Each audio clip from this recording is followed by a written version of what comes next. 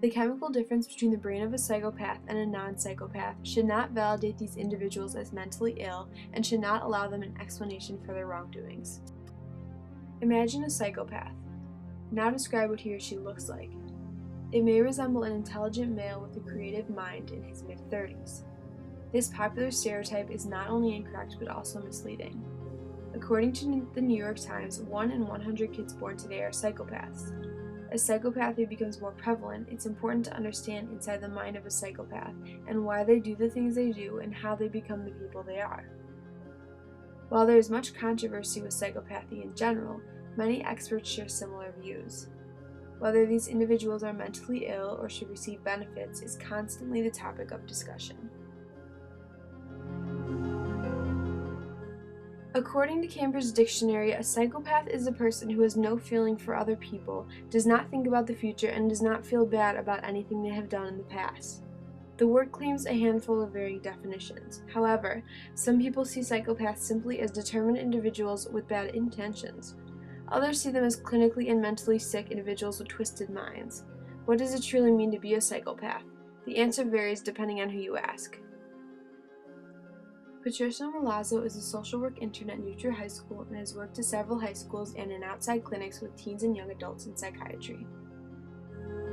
The definition is definitely colored by what the DSM has to say. Psychopathy or antisocial personality disorder, it's all about a complete disregard for other people and violating their rights. They lack empathy. They don't fully, I'm not going to say they don't comprehend what they do, but they're unable to put themselves in other people's shoes and see how it affects them.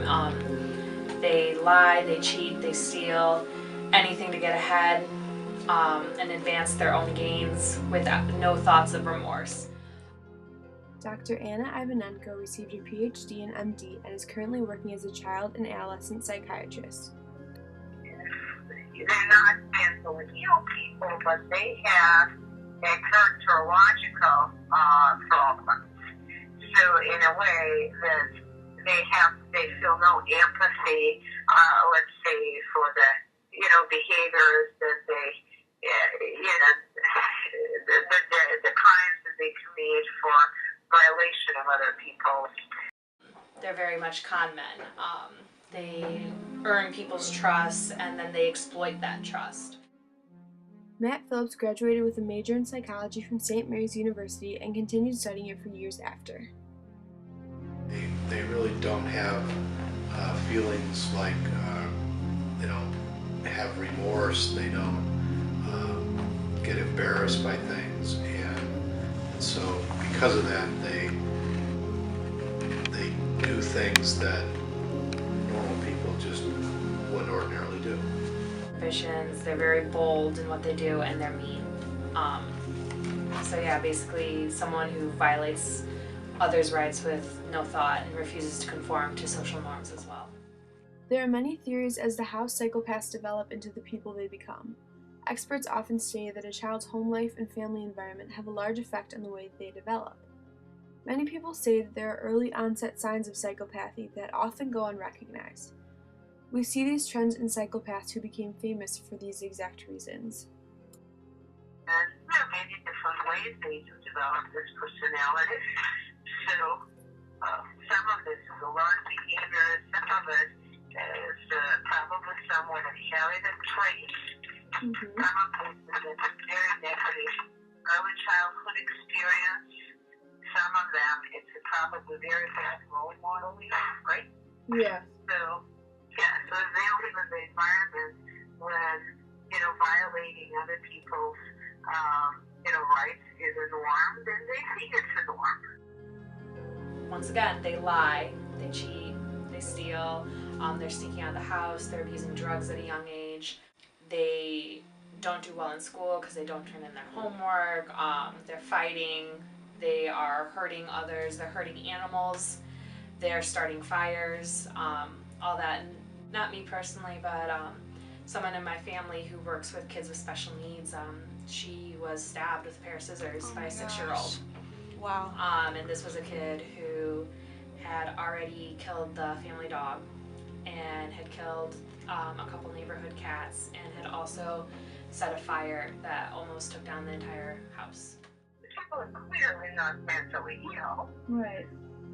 but they are everywhere, at every level of the society, taking advantage of other people and violating laws, rules, etc. And that's how they see themselves, that I can do it and I'm entitled to this. So I'm somewhat superior to others. They realize what they do and they choose to do it anyways, which makes them all the more dangerous. To them, it makes perfect sense that they broke the law, because to them the law doesn't make sense. Like, I wanted this, I didn't have the money for it, so why wouldn't I steal it? I wanted it. So to them it makes perfect sense. They don't think they're going to get caught because they think they're smarter than most other people. So I think that's a dangerous combination. And I think that when they are caught, they can, in their own minds, justify that the reason they got caught was because somebody else made a mistake as opposed to they made a mistake. I think it's the environment that these kids grow up Mm-hmm. and the type of relationship they have. I think a lot of it has to do with type of attachment they develop early on. Because if they don't have a true, meaningful attachment to honest people, it's okay to violate everybody's rights. If I don't care anybody, if I don't have feelings for other people, and that has to do with the attachment. I think many of these people themselves have never developed had a good, healthy homes with a healthy attachment, and I think they eventually develop like that.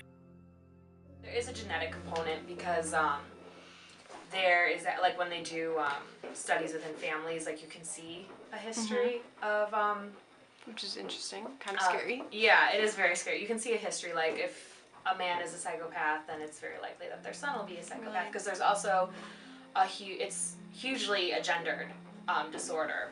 Really? Way more men.